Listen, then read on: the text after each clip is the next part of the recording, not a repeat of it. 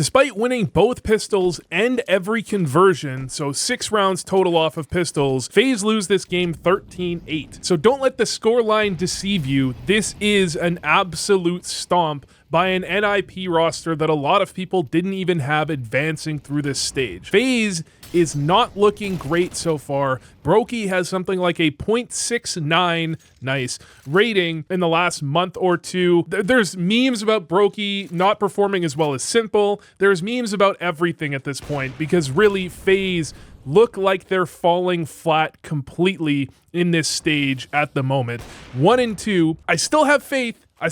They should make it through this stage. I mean, dude, they have Twists, who is like the 3rd or 4th highest rated player in the last 3 months, or he was coming into this event, despite nobody realistically thinking that should be possible. He's popping off to this insane degree. I do want to say, though, some credit should be given to NIP. Wrinkle, in this round in particular, he's already got 3 kills. He's still in the right place, he's still hitting the shots, and I think he's set up correctly. His team is putting pressure in the right spots at the right times that forces players to walk into his crossfire, to walk into his scope and allow him to get the free kills. And I think NIP actually changed up the way they play really effectively coming into this game. Because I was looking at their last matchup, I can see why FaZe might have gone for Overpass against this team. They banned Ancient, they banned Train, they banned Nuke. Those are 3 maps that I think, well, at least Nuke and Ancient, that FaZe and NIP would probably be a bit more comfortable on relative to Overpass. But when you look at the Overpass that NIP played, I think they looked like they really struggled to do much on the B side of the map, and they were very exec heavy in their last game. And I think that actually plays directly into the way FaZe play this game. If you actually look at the way FaZe are playing, I think they were waiting and expecting full execs to come out of NIP, and they were ready to respond. So some of these setups, they're going to be playing off of the bomb sites. They're not really going too aggressive for short or fountain control, which I think is a clear mistake. The setups that FaZe are playing, to me, don't really work all that effectively. Like, usually you don't want to give up this much control of short without taking some control of fountain at the same time. So you pressure your opponents. They can't have all of the map at once. But FaZe give all of this up, I think, expecting that NIP are going to be going for a lot of execs. And NIP, they do the lurk smoke out long, out monster several times. They have Snappy willing to lurk out solo. This is something I don't think you saw in their previous matches. And then you have X Kaspersky, who's just this insane pickup for NIP. I think he's popped off more than they even hoped he could, but he definitely showed a bit of promise. I think it was on ENCE previously, and he's continued to show that promise on NIP now. He lurks out through short. So they just do like a double lurk out on B. And you had FaZe in this just very honestly confusing setups in this round. And at times in this game, they're like off of the bomb site. It very well might be that they were expecting a more exec heavy play from an NIP, and they were going to try and shut that down from these further back positions rather than getting caught in the crossfire, getting nade stacked, getting popped on. But I think they really struggle to adjust. And I really just don't like how little they go for map control. You know, they don't go for short control almost at all. They don't really re-aggress into short, except, I mean, generally you re-aggress into short classically on Overpass when you lose a player, when things are already going wrong for you. If you see a team that plays more passive, they don't go for short control that often. It's a team that's going to be going for fountain control a lot more. But you look at FaZe in this game, they're not really doing much of either. They're just giving up all of this control. Not really, I mean, it's 1:30. You already have Wrinkle made his way through Connector fully cleared by NIP, short fully clear, and they have very little information on what's going on towards fountain, so they don't have to waste a ton of utility. And then when you look at the setups on the B site, I feel like these players, I mean, to be fair, Jacob gets a little bit unlucky here, but if you actually look at how teams generally play around this smoke, it's actually not that unlucky, because this lurk smoke gets thrown. The most common way to play around this is you smoke behind it, you might nade into this smoke, you might nade this smoke open just to clear it, but you'll get a guy on this side of the wall looking around that smoke. That's the most common way to play around this. So Jacob goes around the smoke. I think the NIP naded the smoke themselves. And then Snappy spams the side of the smoke that Jacob is most often going to be on. So he gets a little unlucky, but how unlucky is it when you just kind of allow that spam coming towards a position that you're very likely to be at? And then Kerrigan, at pillar here, goes for a peek around on the left side. I'm not the hugest proponent of left eye peek is bad because he does have a slight angle advantage. I think he sees Wrinkle. Yeah, he sees Wrinkle right here. Wrinkle can't quite see Kerrigan, but there is a definite risk in going for the peek from that side for exactly the reason you're looking at there, that Wrinkle doesn't have that much of a disadvantage. It's actually not the easiest shot of all time. If you ever tried to hit that shot, maybe because of the elevation changes, but still, it should be a shot that a pro player is hitting pretty consistently. He hits it. Usually when I see this setup, I see the rifler peeking from the right side of this pillar. In order for someone to be fighting this angle, they have to be further in the open. And if they're further in the open, then this player Woodwall has an easier chance to peek out and make sure he can get the trade. I don't want to get too much into the complete nitty gritty of exactly how to play all of these setups because not everyone watches Overpass all the time. And to be honest, I don't love Overpass that much. By the way, Jacob has no armor. Okay, they're saving, my bad. Okay. I saw two players with armor and I'm like, why is Jacob without armor? I didn't look at his gun. It's certainly better than Inferno, but some people might argue otherwise. Still, when it comes down to it, this is just a team that FaZe is supposed to be comfortably beating. You think on paper, they have twists, they have Frozen, but then when you really think about it, that they don't actually have as much going for them as their name brand. I mean, Kerrigan has been struggling individually recently, and I don't want to get too much into the individual form of your IGL, but at the same time, he's not making it necessarily easy for the team at times. You don't have the star power to make up for it a lot of the time. Brokey had this insane pop-off when he came back onto the team, and everyone was hyped to see him perform really well, but he's not very aggressive in terms of going for openings, which is, I think, what most oppers I rate them for. You want an opper on your CT side that gets very aggressive early in the round and just takes away space from your opponents, especially on Overpass. Get into a spot where it makes it hard for your opponents to take map control. And the team in general just doesn't feel like they're all that comfortable on Overpass. I mean, they're not playing Overpass the way I think they should be playing it. Although, that was a very nice shot from Brokey. Again, I'll give NIP some credit. I think that FaZe did try and play this slightly differently based on the way they saw NIP playing in the past. And I think maybe this timeout is where they kind of realize, hey, we need to change things up because NIP is not going for that super exec heavy style that they've gone for in previous games. But it's a little late, and that's one of the problems with MR12, or maybe one of the upsides of MR12. You can't just give away rounds early on and hope that things go well. This time around, this is a very early lurk smoke, and Kaspersky's just going to get out and shoot Brokey in the side. And I guess it's timing a little bit because Twist is looking in this direction at the same time. And Kaspersky, I think he just crouches under Twist's shot, but it's still a very uncomfortable spot. Kaspersky is not really supposed... I mean, obviously they send him out there to try and get one. It's interesting, when I look at this map, one of the ways that teams were really starting to kind of figure out Overpass, especially near the end of CSGO, was with these sorts of very aggressive plays towards B, where teams realized at a certain point, like, eventually you're just going to have to aim duel with us if we go B. If we lurk out Monster, if we walk up short, you're going to have to take some straight up aim duels. And if we have really good aimers, we can force these, like Spirit back in the day is the first team I remember really seeing this, before they ever had Donk, where I was seeing them just hit B like 10, 11, 12 times and a half, and they would just hit A just enough so that their opponents couldn't stack B 4 players every round, but they would still pretty much just hammer B every single round. Really nice 3K from Kerrigan. As I say, he's struggled individually in the last several months. He's actually going to end up being their second highest rated player in this game, which is concerning. But back on the topic, I'm not saying NIP do hammer B the same way that I'm talking about Spirit having done it, but they do have a couple of the same principles. Like, hey, we have this Kaspersky guy that can just aim duel players, and he's having a pretty good run of form at the moment. We can put him in some scenarios where he can force those duels, and FaZe are going to have to accept that. It feels like he just got the better of them in a lot of these, especially, again, because I don't think FaZe was quite ready for him to be playing in this exact way. But if I was to say the biggest red flag, it's that Wrinkle has gotten so many kills in this game. Like, opping T-side Overpass, not easy, by any means. Your opponents either give you openings or you just kind of sit around and you just don't see anybody. You get flashed off of angles, you get smoked off, then your team goes for an exec and you hope that someone peeks into you. If your opponents don't give you an opening, they don't give you an opportunity, it actually is kind of uncomfortable. You still need the T side op on overpass because you need to lock down those angles where Brokey or any opper could be re-aggressing on the CT side, or any rifler, to be fair, at the same time. They could be re-aggressing into a lot of different angles, and you want to prevent that from happening.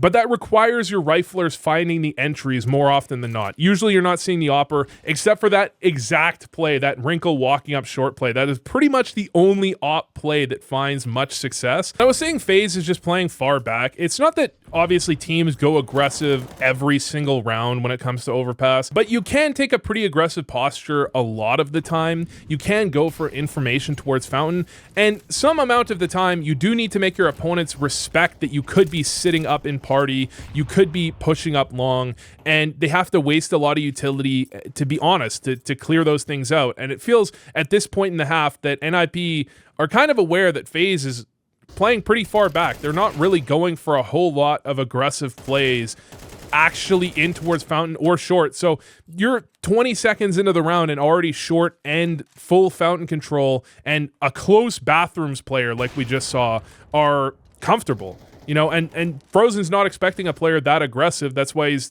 caught off guard in the side there. Brokey with the really well-timed re-aggress back in towards bathrooms. Oh no. Okay. Actually, really nice 2K. Nicer than it really should have had to be in order for that to go well for him. How are FaZe gonna lose this round? No way. They even had two players there to catch Kaspersky. I mean, to be fair, Jacob was lit. It's like not a free kill, but the way Kaspersky was walking into that, it looked like he was expecting him to be a little further back. I thought he was dead to rights. But okay, like I said, the concerning part of this game is not necessarily the T or the CT side. It's more the fact that they win both pistols and all the conversions, and they just don't win any. So I guess the problem is both sides. The problem is it's not the T or the CT side. It's the both of them are the problem in this game. I mean, to be fair, this is one of the problems with best of ones. You go into a best of one, if you're just not feeling it, your players you don't have the right read, it's easy to fall apart, especially if you have this idea that I think FaZe did, where NIP are going to be going for a lot of heavy execs, so you try and play a little bit adjusted slightly differently than normal, and then NIP come in with a totally different game plan. You're completely caught off guard. I can understand how that type of thing happens. I'm more concerned that they're actually 1-2, with their other loss being to NRG with a coach playing, a manager. No, it's just a coach. It's with a coach playing instead of Nitro is the truly concerning part. I still think they're certainly supposed to pull this one off, to bring it back. And by the way, this is like one of the most common setups to play on CT side is that exact stack. Right side monster, wood wall, and especially a player towards graffiti makes it very hard for the T's to get any good entry. They actually do. They get they get a very nice play to get in there at all, hitting some really nice shots. But then Kaspersky, when it matters, I feel like NIP are playing like FaZe. It's like, you know, they have some really good, I feel like, strategic kind of ideas. They know the way they want to game plan around this game. They've got some solid setups. And then when things start to go wrong, it looks like it might be going the way of FaZe. They've just got Kaspersky there at the end, just clutching it out. That's the Frozen. That's the Rops. That's who's supposed to be there doing it for him. It's supposed to be FaZe doing this to NIP, not the other way around. But I think the problem is we're living in the past. Actually, man, the thing about NIP is, like, I want to have faith in NIP. I like it all. I like a lot of the players. I think Kaspersky is obviously really impressive. I think Snappy's kind of underrated as an IGL in terms of, like, I think he was rated quite well when he was near the end of his tenure at ENCE, but that time in Falcons did not go well. It did not fit him very well. I'll say that. They just haven't looked like the most impressive team, where I put them through this stage, but they were kind of like my last one, and it was one of my, like, I like some of the players on this team. I think they have some, like, potential. It's a team that I understand players or people not putting through this stage, but it is nice to see them do well, especially because you can see they just have a better, in my opinion, understanding of overpass. Some of these plays they're making to find openings, to make it hard for FaZe to take map control, rather than just letting them get control of everything they want on the map for free, like 10 seconds into every round. If you look at that last round, they had the op, they had the smoke break. Sometimes they're going to play passive. They don't need to be aggressive every single round. They have Kaspersky here listening in towards Fountain. They get the leg shot. Kaspersky, I mean, on one hand, he hits a nice double, right? Kaspersky's obviously having a good game here, but I don't think FaZe, to the same extent, we're putting their players in positions to succeed in the first place. If Twist is one of the highest rated players in the last 3 months in the scene,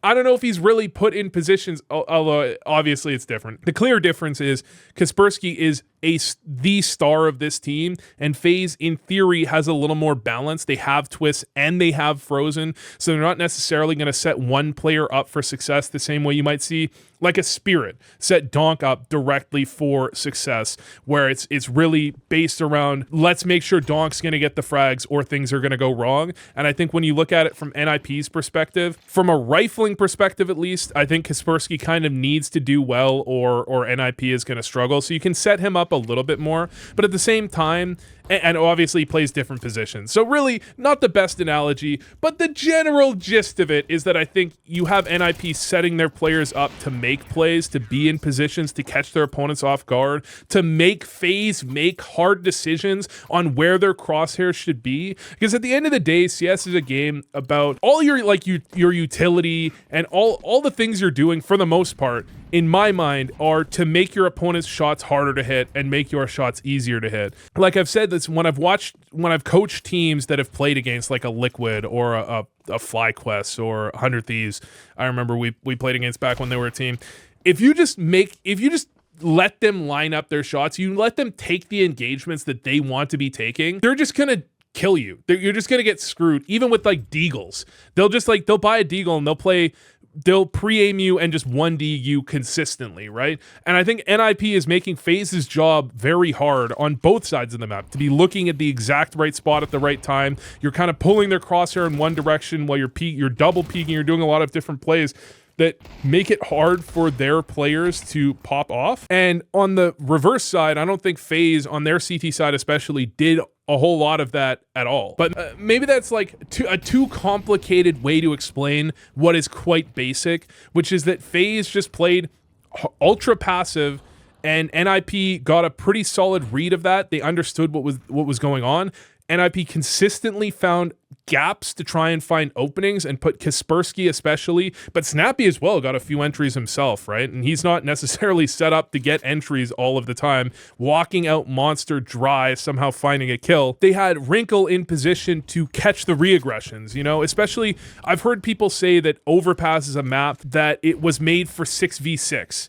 And the point being had there is that there is too much map for 5 players to control. So you do have to be a little bit more doing some push-pull, doing a little bit of manipulation where you're walking back into an area you gave up, where you're giving something up so that you can take control of something else, re-aggressing into short, like backing off of bathrooms, re-aggressing into short, moving that third B player, that second, or the third B player, the third A player, back and forth to support the right side of the map at the right time. And so you're going to have moments where an opper can be in position, but especially if you can find an opening, you can make it a lot easier for your opper to know where that re-aggression is coming from, and FaZe was giving them those openings quite often. And you can see when we had FaZe find a couple of trades, they froze for several seconds in the last round. They were waiting for something to happen, and in this case, NIP didn't oblige. They didn't give that re-aggression back. They didn't give up a free kill trying to walk into something. They just held their ground, knowing that eventually FaZe was going to have to do something. Obviously, slightly different scenario in a